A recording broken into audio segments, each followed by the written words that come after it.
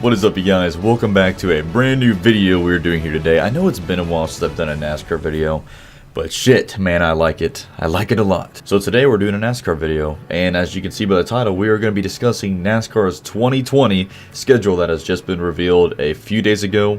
I've given myself a few days to kind of think it over, think about what the changes are, instead of making this video right out of the rip for my initial reaction, because that would have probably came off very stupid. Some of my views on it have changed a little bit. Overall, I'm extremely excited. I think most of the people in the industry that follow this, and all of the drivers are excited as well. A lot of the teams and a lot of the fans are too, about seeing these changes. We can expect to see more changes, I would imagine, for the 2021 schedule, as NASCAR looks to possibly add more tracks to the schedule, take some more tracks off, but the contract for a lot of the tracks ends after the 2020 season. So while I talk and ramble and carry on, you guys will be seeing in the background here the 2018 Homestead race for the championship going down.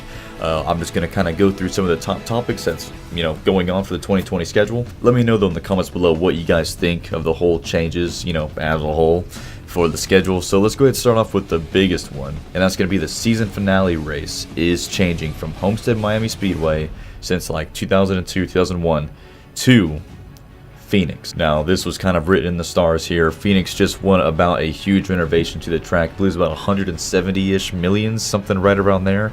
So this was kind of seen, and I think Steve O'Donnell said, the tracks that are investing money into their tracks to make the events better, they're going to kind of get the upper hand in the schedules coming up, because they're showing that they have commitment to the sport. So this was kind of, already written out. Everybody could kind of see it. Homestead hasn't really done much for the past few years. Phoenix is stepping up and making shit happen. Do I agree with it? Yes and no. I thought Homestead was a absolute great place for the season finale. Under the lights, the track's amazing, has multiple grooves.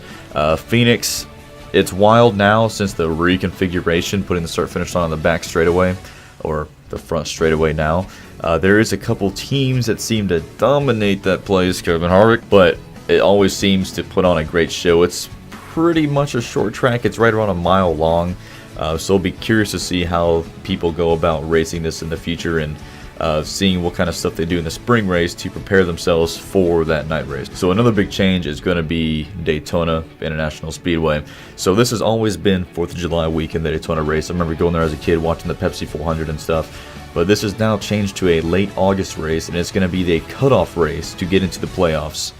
Holy shit. Now in the past it's been Richmond, which has been a great race to get into the playoffs. It's been an awesome little short track. It's cool to see tracks like that where almost anybody has a chance to get in, be the cutoff race. I almost kind of prefer it be that way, which we'll see as we go into the playoff schedule. We have a lot of that. But for Daytona to start the beginning of the regular season and end the end of the regular season, that's going to be badass, man. Anybody's going to have a shot to get into the playoffs. There's going to be a lot of underdogs going in. It's going to be curious to see, and I'm curious to see how it plays out with people that are on the bubble. What are they going to do?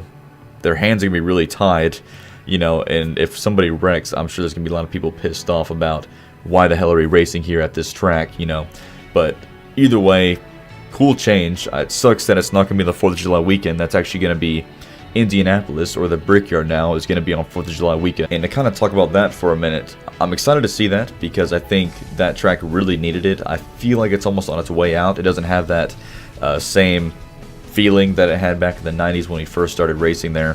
But I think this is what it could use. People could go out 4th of July weekend, enjoy a race at the track, grill out, big campground there. So this may be the shot in the arm that it needs. If this doesn't work, I think they need to go to their road course at that track. And after that, if that doesn't work, which I'm sure that would at that point, but if it doesn't work, it's got to go, man. Don't know what to tell you. So another thing that is mind-blowing to me that I thought, holy shit, this is awesome, is the Pocono doubleheader. Now what the Pocono doubleheader does, I believe it's June 26th and 27th of next year. So there's going to be, I believe it's Thursday or Friday, but I think it's going to be Friday, is going to be a ARCA race and a Truck Series race. And I think Saturday morning is going to be an Xfinity race. Don't hold me to that. And then Saturday afternoon is going to be a Cup race, and then Sunday is going to be a Cup race as well. So double header for the Cup race. Now what this does is allow the season to be shortened by 1 week, which I think is a step in the right direction. They need to shorten the overall season length down, because right now it's like 9-10 months. Down a little bit, it's about 9 months. So I think that's important they do that, because a lot of people now, they're attention span doesn't last 9 months, and hell, even the football season only lasts 5 to 6 months. So I think that's a step in the right direction. I think having double headers is great. I'm curious to see what the race length is going to be of each. I don't think that's been announced yet. Curious to see what they're going to be doing with the cars. If it's going to be an impound race or whatever you race with on Saturday, you're going to have to race with that on Sunday. What changes they're going to allow everybody to make. I'm very curious to see what they do with that. But Pocono Raceway has come out and said the tickets will stay the exact same price, and I think this is great. So then the question begs, I'm sure this is going to be a hit. It's got to be a hit. But then the question comes to about, you know, what track could we see in the future possibly do this? And is this going to open the doors for more tracks to do this in 2021, and also midweek races? I want to see that so bad, man. Sometimes it's hard to go from weekend to weekend. Like, man, I just really want another race to happen. To have one just boom right there in the middle of the week, that'd be awesome. Short track, middle of the week. Have your bigger tracks on the weekends.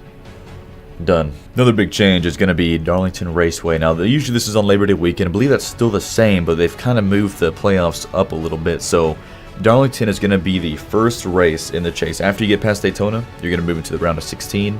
And Darlington, one of the crown jewel events, is going to be the first race you're going to race at.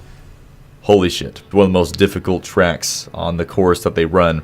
As far as, you know, difficulty, the surface is very old. They slide around everywhere.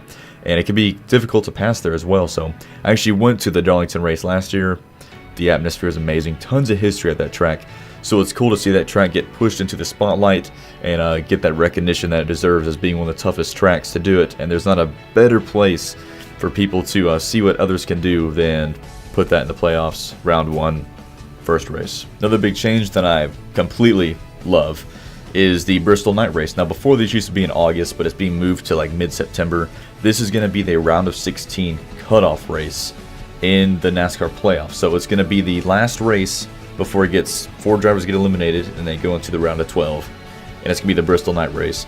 Much like the Daytona race that ends the regular season, to get into the playoffs, this track is going to open up a lot of opportunities for some people to get into the round of 12 that may not otherwise have it.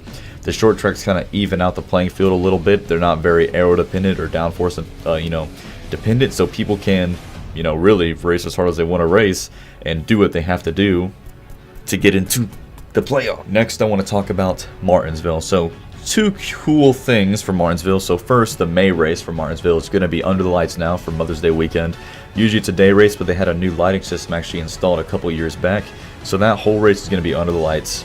Badass. We seen that with Denny Hamlin and Chase Elliott a few years back, and it was an amazing race seeing that. So yeah, Martinsville, under the lights, Mother's Day weekend 2020. Be there. Next change is that it's actually going to be the elimination race in the round of 8 to get into the season finale. Martinsville is going to be that cutoff race. Another big change is going to be the Charlotte Roval. It's actually not going to be the elimination race for the round of 16 anymore. It's going to be the elimination race for the round of 12 now. So still basically the same principle that's going on, but it's going to be the elimination race for round 12. Still cool. It's basically going to do the same thing as it did last year. So small change, but I do like it. So with Homestead no longer being the finale race in the schedule, it's actually going to go to a March date, which it's still decent in Florida in March, especially in that area in March in Miami. It gets a little bit hotter in the summer months, obviously, and very humid, but with Miami going into, the mid-March range, it should be pretty nice. And it'll be curious to see how the cars slide around and stuff there in March on these high banks, which I'm very excited about seeing about. So let me know what you guys think of the new NASCAR 2020 schedule, what you would like to see for 2021. Very curious to see what you guys think as we see Logano about to win this race. So let me know what you guys think. I'm excited about all the changes. It's been getting kind of stagnant the past few years, honestly. So I am excited to see that NASCAR is taking the next step to making these races more exciting, the schedule more exciting, and that's a good note to end it right there, guys. So I want to thank you so much for watching. I always do appreciate it. I'm going to have some more NASCAR stuff coming out here very soon. Some more NASCAR Heat 4 news as well. So thank you guys for watching. Always do appreciate it. And I'll see you on the next video.